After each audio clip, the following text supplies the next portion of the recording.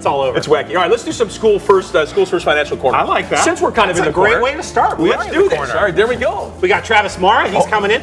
Was that okay? Was that as awkward for you as it was for us? You guys are amazing every You're time. lying. Yeah, always a lot of fun. And that's not your gig. You don't lie. You tell people the truth and all the good things that they need to know. True professionals. That's All exactly right, we're talking about scams. We sort of scammed the audience there for a second, didn't we? For just a quick little bit. But now we're ready to talk about something serious because it happens. They're back. These scammers are back. We answer the phone. We see a text. We get scared. We reply. Really That's not good. Definitely. Yeah, they definitely are. And, it is kind of scary to think that it's no longer a question of if a scam is currently happening, but really what is the latest scam I need to be aware of.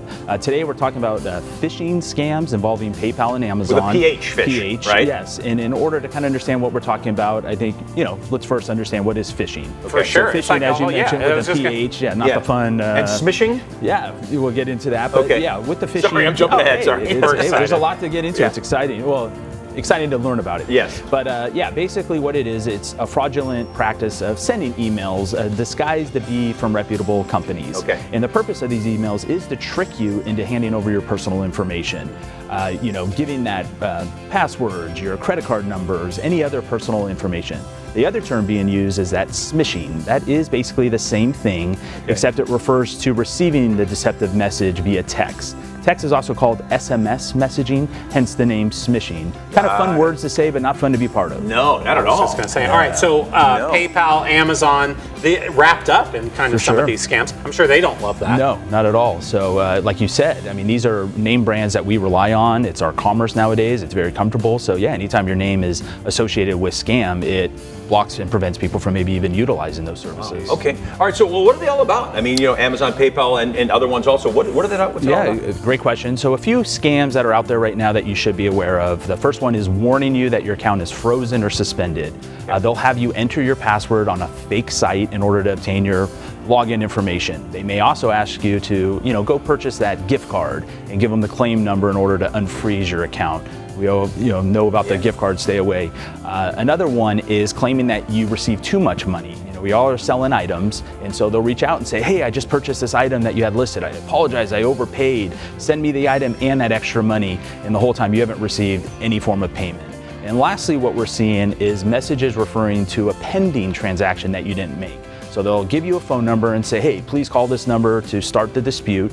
You call them and they're going to tell you, hey, give us your bank information or let us remotely access your computer in order to initiate the refund. And all the while they're stealing all your personal information. I know. Luckily here at the station, we go through a pretty robust training program. And sadly, not everybody has the opportunity to do just that, right? They don't have the opportunity to get those learning moments. What are you suggesting people do to protect themselves? Yeah, awareness is always key. Knowledge is power. A few things, obviously, is be very suspicious of random emails, phone calls, texts, especially if they're asking for that quick, immediate action, or if they're asking you to click on a link or call a different number. A lot of people don't realize, but you can hover over those links with your mouse and it will show you the real URL. Right. So you can kind of tell if it is valid or going somewhere else. With the phone numbers they give you, we recommend cross-check that with the company's website.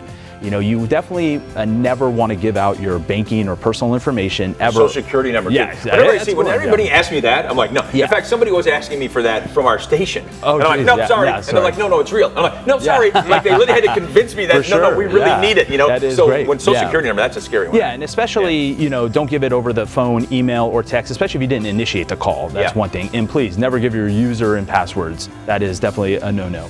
We do want to verify the genuinity of the kind of the message. We do rely on Amazon and PayPal to really, meet our needs. And so it's very easy to fall into and trust the message like, oh yeah, I was just on Amazon last night. It must be a question. So definitely do your due diligence, do your research, and if ever in question, reach out to the company and see if those claims are valid. And one last thing, to keep your payments safe, we touched on it a little earlier, never pay with gift cards. That is not a method of payment in any of these, commerce things. And also, what we do rely on is these people-to-people apps, your PayPals, your Zells. Really only transact with people you trust and because you got to realize this is cash. As soon as you send that, you may not be able to cancel the transaction. That's good info from Travis, always bringing it. It's amazing, and you touched on it briefly, so we are scammed, and then the next thing we do is just contact you guys right away or our bank institution, and they can stop that. Possibly. Exactly, that's the first line of defense. Come notify us immediately. We are here to help you, guide you, give go over options. We can change your account, block your cards, and we may be able to block that activity that's going on. But we won't know if you don't tell us. So anytime you think something looked, awry, doesn't seem well, get on the go horn. to your institution. There you go. All right, Travis, thanks a lot. We put up a little information. We'll do it again. Schools First Federal Credit Union. You see it there. 70 locations to serve you throughout California. You see the phone number there, website, everything you need in order to, be a member. Just be a member. Just be a member. Yeah, wow. Who knew that, huh? Lots of bad people out there.